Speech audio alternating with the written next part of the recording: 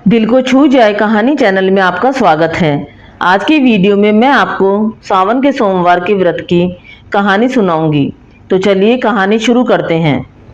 एक साहूकार था जो भगवान शिव का अनन्य भक्त था। उसके पास धन धान्य किसी भी चीज की कमी नहीं थी, लेकिन उसकी कोई संतान नहीं थी और वह इसी कामना को लेकर रोज शिवजी के मंदिर में जाकर दीपक जलाता था। उसके इस भक्ति भाव को देखकर एक दिन माता पार्वती ने शिवजी से कहा कि प्रभु, यह साहूकार आपका अनन्य भक्त है। इसको किसी बात का कष्ट है तो आपको उसे अवश्य दूर करना चाहिए। शिवजी बोले कि हे पार्वती, इस साहूकार के पास पुत्र नहीं है, यह इसी से दुखी रहता है। माता पार्वती कहती हैं कि हे ईश्वर, कृपा करके इसे पुत्र का वरदान दे दीजिए।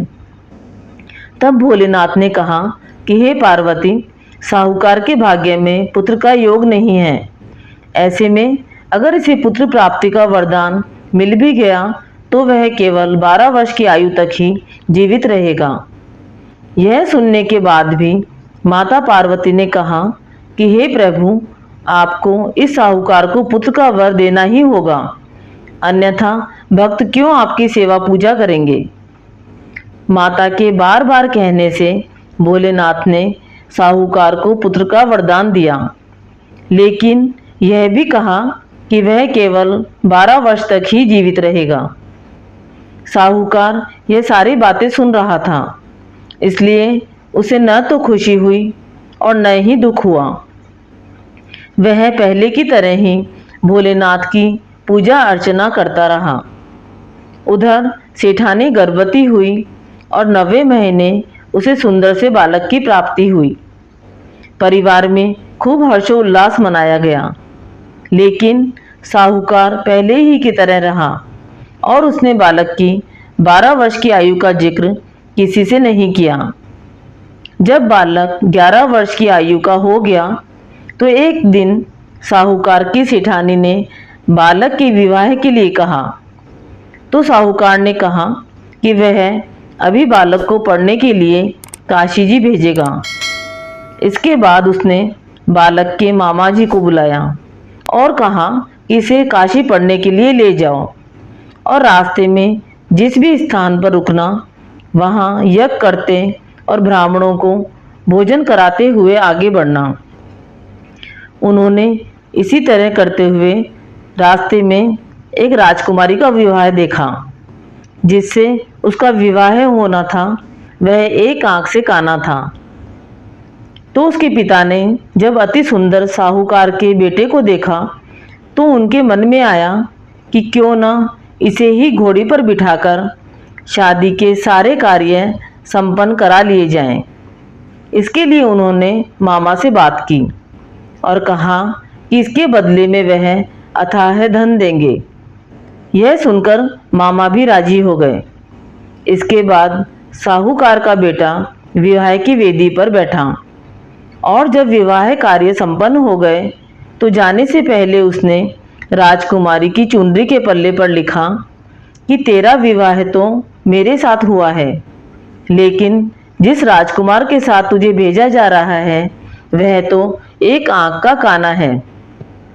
इसके बाद वह अपने मामा के साथ काशी के लिए चला गया। उधर जब राजकुमारी ने अपनी चुनरी पर यह लिखा हुआ पाया तो उसने राजकुमार के साथ जाने से मना कर दिया और राजा ने भी अपनी पुत्री को बारात के साथ विदा नहीं किया। बारात वापस लौट गई। उधर मामा और भांजे काशी पहुंच गए थे। एक दिन जब मामा ने यज्ञ रचा रखा था और भांजा बहुत देर तक बाहर नहीं आया तो मामा ने अंदर जाकर देखा तो भांजे के प्राण निकल चुके थे। वह बहुत परेशान हुआ, लेकिन सोचा कि अभी रोना पीटना मचाया तो ब्राह्मण चले जाएंगे और यज्ञ का कार्य अधूरा रह जाएगा। जब यज्ञ संपन्न हुआ तो मामा ने रोना पीटना शुरू किया। उसी समय शिव पार्वती उधर से जा रहे थे। तो माता पार्वती ने शिवजी से पूछा, प्रभु ये कौन रो रहा है? तभी उन्हें पता चलता है कि यह तो भोलेनाथ के आशीर्वाद से जन्मा साहूकार का पुत्र है। तब माता पार्वती कहती हैं कि हे स्वामी, इसे जीवित कर दें, अन्यथा रोते रोते इसके माता पिता के प्राण निकल जाएंगे। तब भोलेनाथ ने कहा कि हे पार्वती, इसकी आयु इतनी ही थी, सो वह भोग चुका। लेकिन माँ के बार बार आग्रह करने पर भोलेनाथ ने उसे जीवित कर दिया। लड़का ओम नमः शिवाय करते हुए जी उठा और मामा भांजे दोनों ने ईश्वर को धन्यवाद दिया और अपनी नगरी की ओर लौटे। रास्ते में वही नगर पड़ा और राजकुमारी ने उन्हें पहचान लिया। तब राजा ने राजकुमारी को साहूकार के बेटे के साथ बहुत सारे धन धान्य के साथ विदा किया। उधर साहूकार और उसकी पत्नी छत पर बैठे थे। उन्होंने यह प्रण कर रखा था कि यदि उनका पुत्र सकुशल न लौटा तो वे छत से कूदकर अपने प्राण त्याग देंगे। तभी लड़के के मामा ने आकर साहूकार के बेटे और बहू के आने का समाचार सुनाया, लेकिन वे नहीं माने। तो मामा ने शपथ पूर्वक कहा।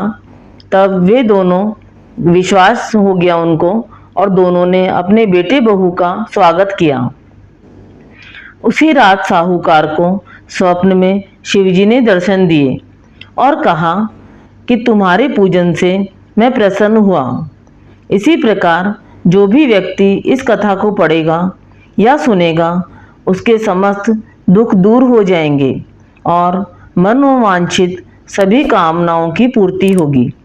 आपको ये कहानी अच्छी लगी तो कहानी को लाइक व शेयर करें। कहानी सुनने के लिए धन्यवाद।